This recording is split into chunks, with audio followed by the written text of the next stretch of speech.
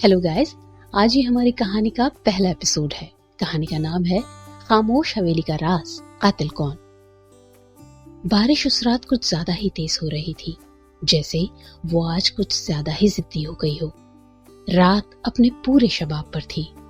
उसी वक्त देश का दिल कही जाने वाली दिल्ली के बाहरी इलाके में कहीं दूर एक पुरानी हवेली थी, जिसे अक्सर लोग भुतहा हवेली भी कहते थे, क्योंकि शाम के वक्त जब सूरज ढल रहा होता था तो उसकी लाल रोशनी उस हवेली की दीवारों पर अटक सी जाती थी, जिससे वो एक चमकदार लाल और थोड़ा डरावना सा एहसास देती थी।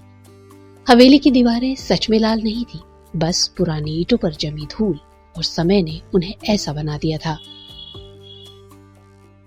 3 मंजिला इस पुरानी हवेली की दीवारों से टकरा कर गिरती बूंदें ऐसा एहसास दे रही थी मानो कोई दरवाजा खटखटा रहा हो। ऊपर तीसरी मंजिल पर एक कमरा रोशनी से भरा था और उसी कमरे में किसी की सांसें धीरे धीरे टूट रही थी। एक चीख, लेकिन अधूरी दबी हुई सी। फिर एकदम खामोशी। अब हमें सीन दिखाया जाता है अगली सुबह। तान्या और हिमांशु उसी पुरानी हवेली के सामने थे। हवेली के बाहर लिखा था रायचंद हाउस। एक समय पर शान का प्रतीक, लेकिन अब रहस्यों का घर। तान्या और हिमांशु कार से उतरते हैं। तान्या ब्लैक फॉर्मल ट्राउजर्स और ब्लैक सैटिन की शर्ट और पैरों में बैलेरिना शूज पहने हुए थी। आंखों पर काला चश्मा था, जबकि वहीं हिमांशु व्हाइट फॉर्मल शर्ट और ब्लू जीन्स के साथ ग्रे कलर के कैनवस शूज पहने हुए था। कार से उतरते वक्त तान्या की नजरें हवेली की तरफ थी। उसने वहीं देखते हुए कार का दरवाजा आहिस्ता से बंद किया। यहाँ कुछ सही नहीं लग रहा। कार से उतरकर हवेली की तरफ देखते हुए हिमांशु धीरे से कहता है। तान्या भी हवेली को ही देख रही थी। कुछ सही होता तो हम यहाँ होते क्या? उसने अपनी आंखों से ब्लैक सनग्लासेस उतारते हुए कैजुअली जवाब दिया। ये सुनकर हिमांशु बस हल्का सा हंस देता है। फिर दोनों हवेली की तरफ बढ़ गए। हवेली का गेट आधा खुला था, जैसे अपने आप में कोई इन्विटेशन दे रहा हो, या शायद किसी तरह की वार्निंग भी। तान्या ने धीरे से गेट को पुश किया। गेट से छू किसी आवाज आई, जैसे पुरानी चीजें अक्सर लंबे वक्त तक बंद रहने की वजह से करती हैं। अंदर जाते वक्त न जाने क्यों तान्या को बार बार ऐसा महसूस हो रहा था जैसे कोई उसे देख रहा है। उसने पीछे मुड़कर भी देखा।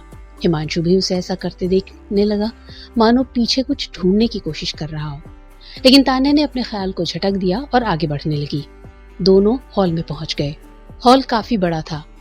हालांकि हॉल में बहुत से लोग मौजूद थे, लेकिन फिर भी वहां कदम रखते ही तान्या को एक अजीब सा सन्नाटा महसूस हुआ। ऐसा सन्नाटा जो सिर्फ खाली जगहों में नहीं होता। ये वो सन्नाटा था जो जैसे कुछ होने के बाद आता है। तान्या को ऐसा लग रहा था जैसे ये सिर्फ एक घर नहीं है, बल्कि एक कहानी है।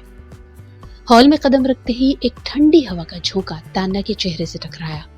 ऊंची छत, बड़ा सा झूमर और दीवारों पर टंगी पुरानी तस्वीरें, जैसे हर चीज चुपचाप देख रही हो, लेकिन खामोशी से बहुत कुछ कह रही हो। कमरे के बीचों बीच बहुत से लोग खड़े थे। सभी के चेहरे पर एक अजीब सी बेचैनी थी। मैडम, तभी पीछे से एक आवाज आई। तान्या ने मुड़कर देखा तो वहां इंस्पेक्टर चौहान खड़े थे। उम्र 50 के आसपास, दरमियाना कद, हल्की तोंद, माथे पर पसीना और आंखों में साफ नर्वसनेस। मैं इंस्पेक्टर चौहान, लोकल पुलिस से। उन्होंने हल्का सा सर झुकाकर तान्या की तरफ हाथ बढ़ाते हुए कहा। तान्या ने इंस्पेक्टर चौहान पर सिर्फ एक नजर डाली और समझ गई कि ये केस इनके बस का नहीं है।